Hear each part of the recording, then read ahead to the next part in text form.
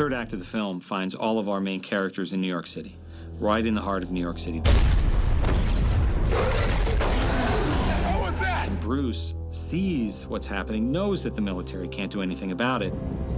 It has to be me. And for the first time in the movie, he's going to take the chance to willingly bring the Hulk out of him to face this creature. You think you can control it? No, not control it, but I don't know, maybe aim it.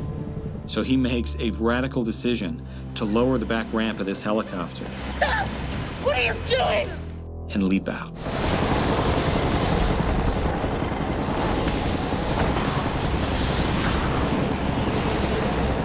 So basically, we had him in his giant gimbal helicopter and handcuffed, and we put a nice mini airbag down below, and he was just good to go. He just went and dove off, and it was good. He just kind of got into it, take after take after take, actually.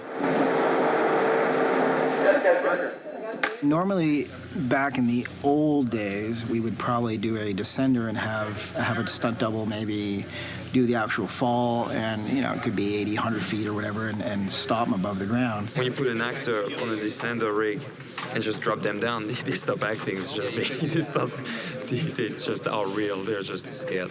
Nowadays, we can do just with camera move. It's actually the opposite, and we have Edward in a harness, and simply with a little camera move where the camera leaves, it actually becomes the same shot.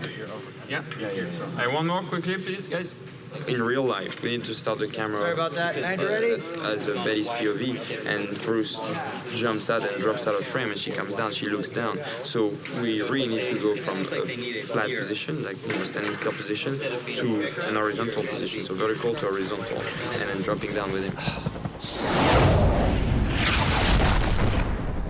It's easier to bring the stool to the piano than bring the piano to the stool.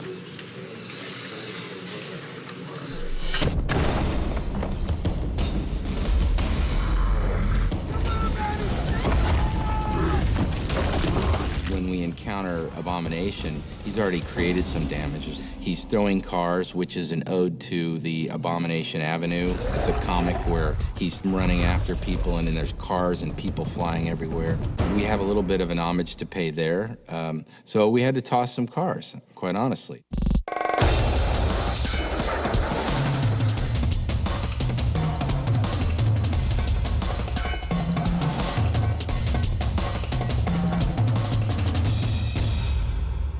Very beginning, it became clear there were certain elements that everybody really wanted to try to fit into the fight. It's the biggest bar fight in history, and that's what we set out to do. It's an extraordinary ride at the end of the movie, but you have to do that. This is Hulk and Abomination, and people expect nothing less, so. You don't see him now, but Abomination's gonna be right over there, and the Hulk is gonna be right over there. And they're gonna meet right in front of that side. It's gonna be very cool. Hopefully the storyboards lead into the animatics, lead into the shoot, lead right into the final animation.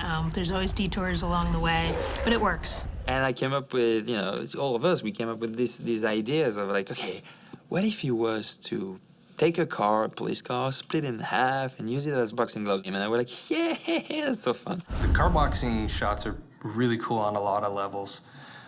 We did have motion capture, we did have previs. We have some really good footage of R&H employees acting out, beating the heck out of each other.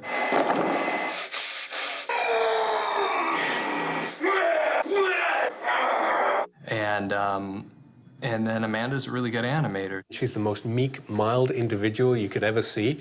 And we gave her these punching, crazy big, boxing glove punching shots. And she was awesome. Her alter ego really came through there. I've done Gentle and Soft and Nice, and I just really wanted to, take out some aggression and beat up a monster with another monster and cop cars. She turns to me, she's like, I've worked on so many cute animals. Can I just beat the heck out of something? I was like, please, if I'm going to be on Hulk, let me smash something. She just really wanted to go to town on Abomination with Hulk. Hulk is down, he's out, he's defeated, and Abomination's coming to get him. So what's he gonna do? He sees a cop car, and he smashes, Hulk smash, and those shots were done previous to the ones that I did. And then my shots, he grabs each of the gloves, picks them up, pounds them, roars at the screen, and then comes charging in full speed at Abomination, and he just lets him have it. I mean, there's no way that a bomb is going to win this battle with the two gloves on his hands, and he's just pummeling, and there's just pieces flying everywhere. This was a really great shot. Is that all you've got? Well, I had the best sequence in the movie. It was the very end of the movie with Abomination and Hulk. This is it. This is the fight between them, and I was really lucky. I had a blast doing the sequence. It's all action stuff, you know, and as an animator, it really doesn't get better than that. It really hit home when Ed and Louis came into the studio and they presented us what the end of the movie was going to be. If you're Hulk, it has kind of a... Ed and Louis acted it out in front of us in the screening room and could just see in my face, you know, what they wanted out of this thing and the amount of time we had left. My first take on it was, wow, that's a lot of work and we don't have a lot of time, but it's going to be really fun. And action!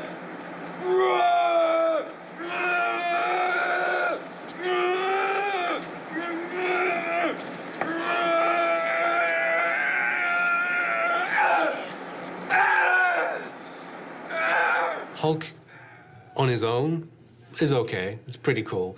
Hulk fighting another guy who's taller and stronger and more athletic, I mean, that's just like a dream come true, you know? To be able to see just two guys just going at an old-fashioned brawl was a dream. It was absolutely fantastic. You don't get to work on characters like this too often. I mean, there's only so many hero CG characters that are out there, and, you know, the Hulk, who wouldn't want to work on that? It's pretty awesome. Hulk! Yeah, it was certainly the dream project for a lot of people around here. Everyone was thrilled when we got the job, and I've never seen such excitement day to day from a crew. It's been great. Every day you come to work, you get to play with little cars and models, and then you go out to the big street and you actually do it. Keeping up with Louis. It's a constant on-the-run thing. 3 takes, we'll be done with this. It's beautiful. It's a great living.